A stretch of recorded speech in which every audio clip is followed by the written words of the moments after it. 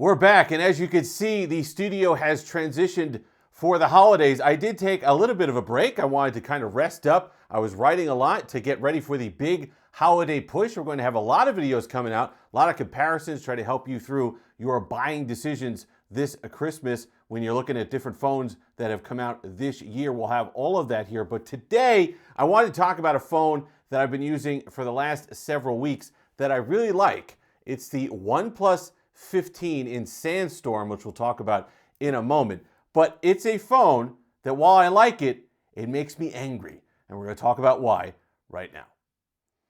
And we're back. As you can see, Christmas Machine hit the eggnog a little early and has fallen over, but we're going to carry on anyway. If you've been watching my videos long enough, you know that I typically don't start a review speaking on the battery.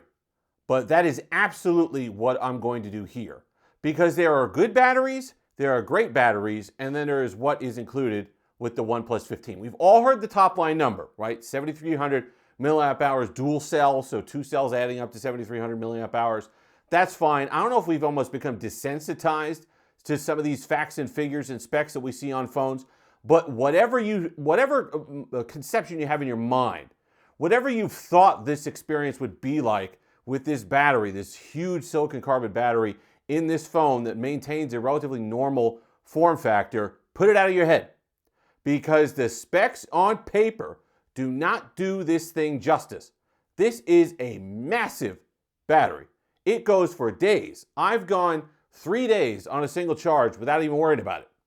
This is the only smartphone I know that I've ever picked up at 65% battery life in the morning and not even given it a second thought whether I want to charge it or not. Seriously, just nothing. I'd like take it and I know I'm good. Last night we were bowling afterwards because of the NBA deal with Peacock and NBC. Listen, I love the song that's back. I love that the NBA on NBC theme song is back. I love the coverage, but the 11 o'clock game that gets exclusive to Peacock is garbage. Doesn't matter. I had it anyway. Put it on here. I had used this. I had taken this off the charger at 100% in the afternoon. I had used it some before bowling. I propped this up at bowling. Go ahead and put it on. Put the game on. 2.5 hours we're watching the game. Bring it back off. 91% battery life. This is the same charge. I have not plugged it in from last night. 85% battery life. Battery drain is virtually non-existent, and you could go for days. And when it is time to recharge, you get an 80-watt charger included in the box here in the United States. Overseas, I don't think you do. You could buy that one that's 100 watts. You got 50-watt wireless charging. There's a lot of things that you can like about this particular phone. Just really, really outstanding performance overall on this thing. So that's battery life out of the way. Outstanding, best battery I've ever used on a smartphone, hands down. Design, I was a little disappointed when I heard that they were going away from the design. I like the OnePlus 13 design a lot. I like the way that they handled it. I don't like curved displays, right? I prefer kind of flat edges on displays, but the 2.5D glass was just curved just a little bit at the edge, and I was able to flick across. It made gestures nice to feel across the screen. So I was a little disappointed by that.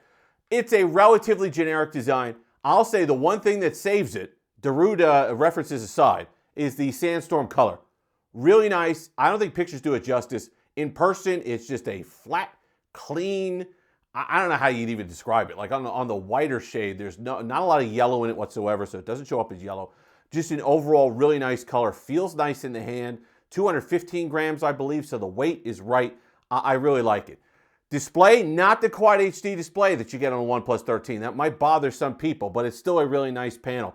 Gorgeous OLED, 6.78 inches, I believe.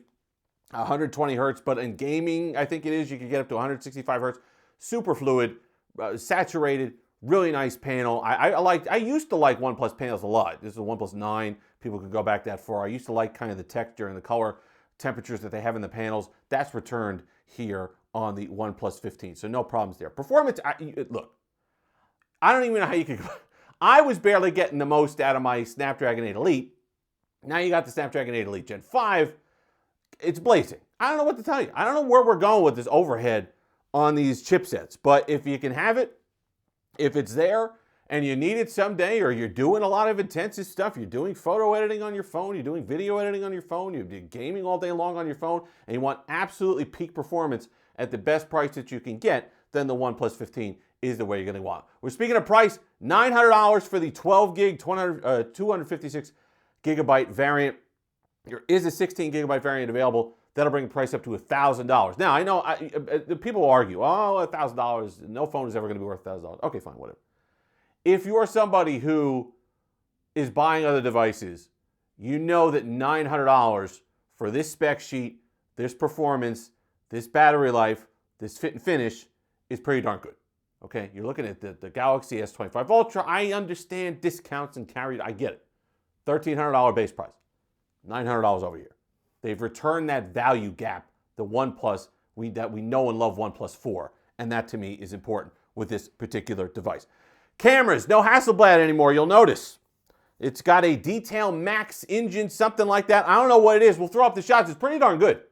I have never liked photos from my OnePlus devices. They've gotten better. Hasselblad eventually kind of sort of dialed it in with them on the OnePlus 13. They weren't awful. These are actually really good.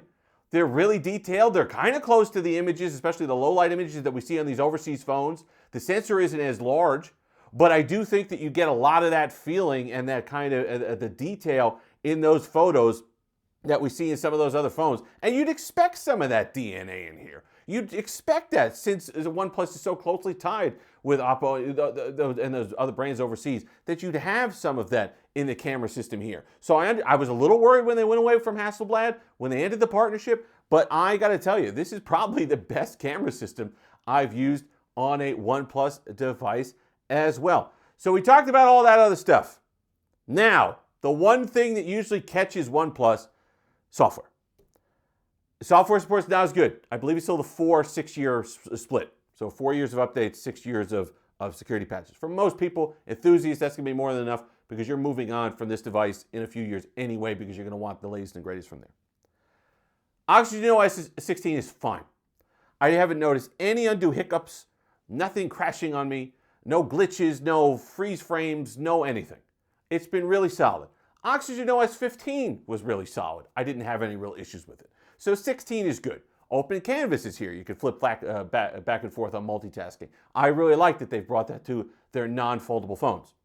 So that's here as well. There are things like the AI, the mind space or something like that. You hit the button and it'll remember what you're doing. You can throw notes in there, whatever. If you want that, that's fine.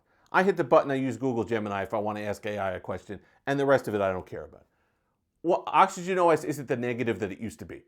It's not a reason why I'd buy a phone, but it's also not a reason why I'd avoid a phone. And you can customize a lot more, and that's something that we used to get from OnePlus a lot as well. OnePlus was known back in the day for being the Android skin that you could customize the heck out of, and there's a lot of stuff now that you can do here with widgets and buttons and stuff like that at the top to really customize the look of this device, and I think that's really nice to get back to. Here is the problem, and here's where I start to get angry. This isn't going to put a dent in anything. This phone should absolutely be challenging the S25 Ultra. This is the phone that absolutely should be giving Samsung and Google the necessary competition in the United States to force innovation for those other companies. But it's not going to happen because I'm sorry, Best Buy isn't good enough. And it's not like there's a big kiosk or something like a Best Buy. It's like you have to search for it and you buy it online. I understand that people watching this video, people who read my articles, you're enthusiasts. You're people who go online and buy a phone and slap your SIM in it and you're comfortable with it. Compatibility across all the major networks, according to OnePlus, by the way. I get that. But for a majority of people who are walking into that carrier store, they want to be able to pay monthly. They want to be able to have the guy at the desk put the SIM in and transfer everything over and whatever. Do not underestimate that. So while it is a niche phone, it's an enthusiast phone, it is absolutely excellent at that. That's where it's going to stay, again, this year. And that absolutely frustrates me because this is a phone that if OnePlus came here in the United States in a major way, it would make a big dent if people got that kind of brand recognition that they now have with Samsung and others. Slight delay. It was supposed to be available for pre-order today. Global version here in Canada, overseas, you're available. Because of our government shutdown, they said they weren't able to get final FCC approval on the handsets in time. So that should be cleared up now within a few days, you'd imagine. So that's something. But $900, OnePlus 15, probably the best phone you're not going to buy again this year. If you've made it this far, like, comment, subscribe, all that fun stuff. Until next time, have that Steve-licious day.